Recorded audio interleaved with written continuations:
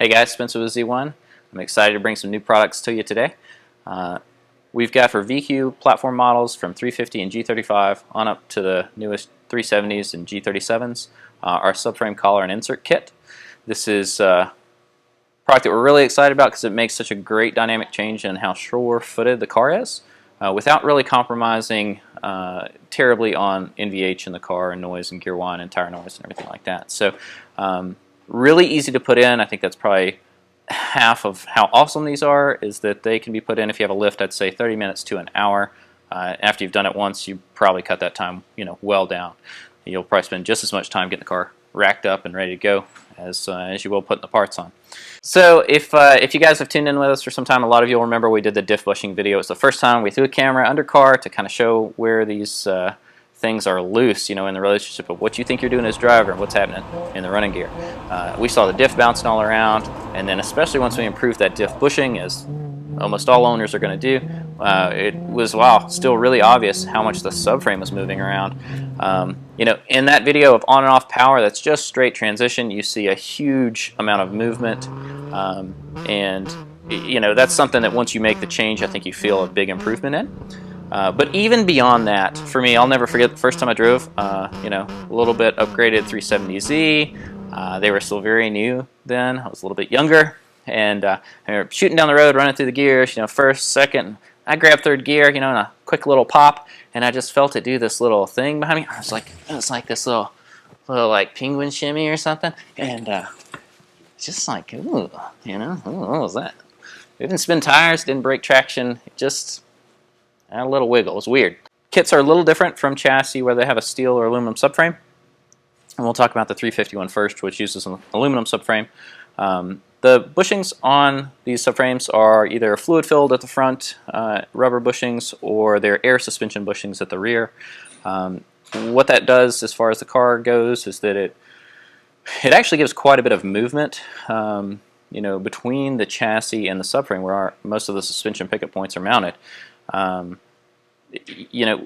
Nissan's selling these cars new, or Infinity's selling these cars new. They want to be isolated and quiet and comfortable for a new car buyer, but most of us are interested in something a little bit sharper, especially if we've already tried making some upgrades or we push the car a little harder. You really don't even know what you're missing out on until you've been in a car that has an upgrade on the subframe, whether it's a bushing upgrade or solids, or now this insert kit. The huge thing about the insert kit, like I said, 30 minutes to an hour compared to dropping an entire subframe and spending a whole day doing solid bushings or urethane bushings to install. I mean, it's night and day difference, whether it's labor on your side or cost paying a shop. You just have a hard time, not going wrong doing the inserts. So front to rear, we'll look here. Basically, once you have the car up in the air, you're just going to remove anything that is in the way, like exhaust, to get to the subframe access. You're going to loosen all the subframe points. I generally don't even take them all off as far as the lower nuts on the subframe. When we're doing this job, I would just loosen one at a time. You're going to install the top collar above the bushing, and you'll have to orient it so it'll drop down in. And on a 350 or aluminum subframe car, you're going to put the lower insert in. The lower subframe portion will take up the rest of that. In the rear, same kind of thing. We're going to put a top collar in, made to fit specifically for the vehicle, and then the lower. And this is to take up space around the air suspension bushing. It's going to go into place. You have to clock it to get it where it goes, and then bolt it back up. It's that easy. Same thing for 370, except in the front we don't have a lower insert because I guess they got a little more wise to improving it from the factory without having as much compromise, I suppose. So we just have an upper insert on steel frame models like 370Z.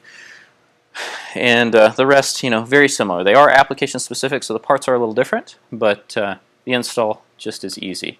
So once you've got this in, right away you're going to notice big difference in takeaway. The transition of power, or engine braking is going to be a little sharper, a little bit more defined, and the cornering ability in the car, especially if it's more dynamic in corner exit or entry where you may be trail braking, the subframe's just not going to move as much. So all that suspension geometry that's set up and relationship to the chassis which you're riding in is going to feel so much better. So don't go wrong. Great price point on these parts. Super easy install.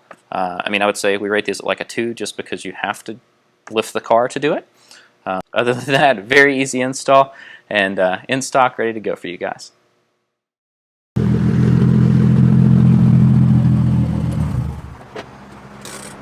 Better? So much better. It's exciting. Side, side, forward, back. It really kicks you. Like quick throttle transitions, when you're coming on and off the gas, you feel like you're getting kicked to the back by the seat. It's incredible. In the corner, it's like smooth. It's nice. Perfect. Okay.